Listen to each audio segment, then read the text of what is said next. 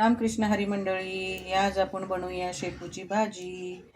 शेपू धुवून व्यवस्थितपणे कट करून घेतली आहे। कांदा कट करून घेतला आहे, हिरवी मिरची आणि आपलं थोडंसं लसूण टाकून ग्राइंडिंग करून घेतले। मुगाची डाळ भिजवलेली आहे। आता आपण ह्याला देऊया फोडणी। कढई ठेवलेली आहे गरम करायला, त्याच्यामध्ये आपण टाकलेलं आहे तेल। आता टाकूया आपण जिरे मोहरी।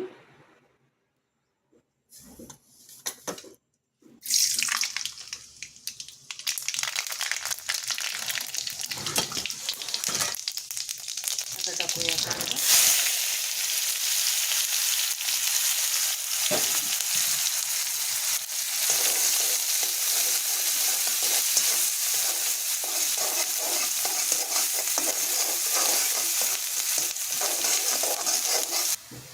कांदा आपला झालेला आहे आता ब्राऊन, आपण काढून घेतलेला आहे। त्याला पण व्यवस्थितपणे फोडणीमध्ये आपण कांद्याबरोबर मिक्स करून घेऊया।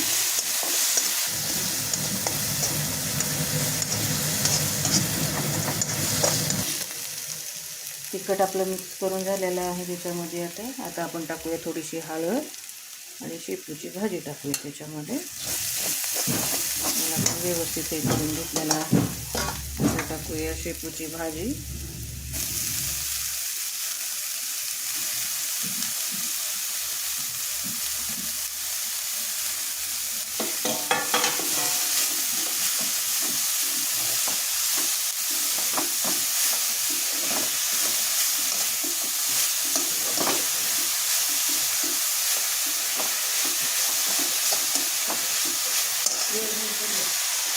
आहे आता आपण टाकूया डाळ, मुगाची जी भिजवून घेतलेली होती।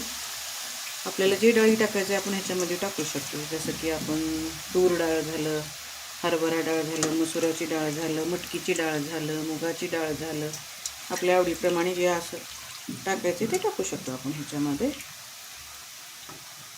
आता ह्याला व्यवस्थितपणे आपण हे करून घेऊया।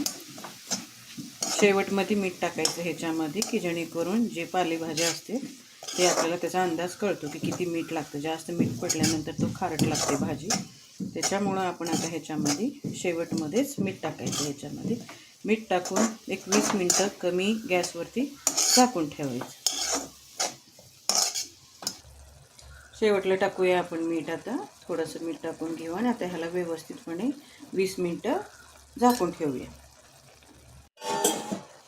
झालेले आहेत आपले 20 मिनटं। आता आपण भाजी बघूया कशी झालेली आहे।